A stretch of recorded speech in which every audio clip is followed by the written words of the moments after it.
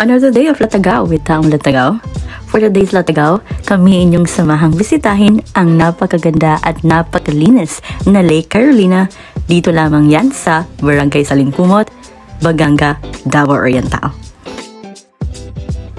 Bandang alas 7 ng umaga nang kami ay dumating dito at ang nakakagulat ay wala pong entrance fee dito. Yes po, walang entrance fee.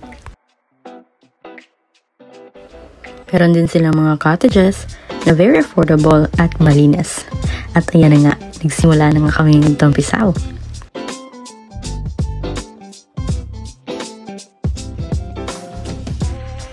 And by the way mga kalatagaw, galing pa po kami ng Davao City and it was a 5 hours drive. Of course, nakadepende yan kung saan ruta kayo dadaan. This place is best for family bondings or with friends, or kung gusto naman mapag-isa, pwede ka dito. At dahil ito ay lake, expected na hindi talaga pantay ang tubig. Ito yung makikita na magkakaiba ang kulay ng tubig. From clear to emerald green to blue, which is expected na malalim.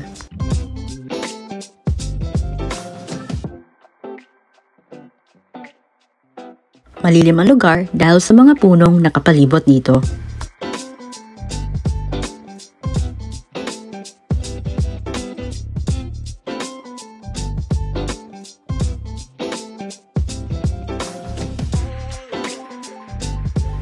Kung hindi ka naman marunong lumangoy, nako, huwag kang mag-alala.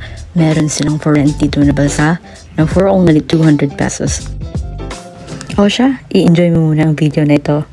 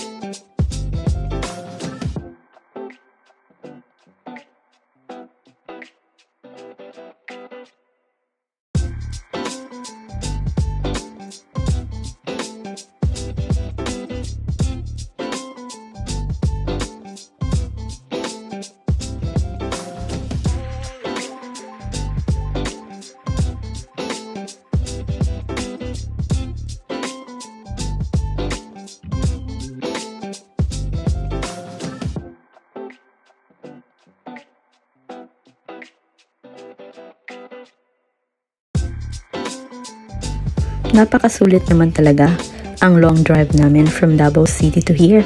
Sobrang ganda at napakalinis ng tubig dito sa Lake Carolina. So ano pang hinihintay mo, kalatagaw? Tara na at maglatagaw dito sa Lake Carolina, Baganga, Davao Oriental. Hanggang sa muli, kalatagaw. Paalam!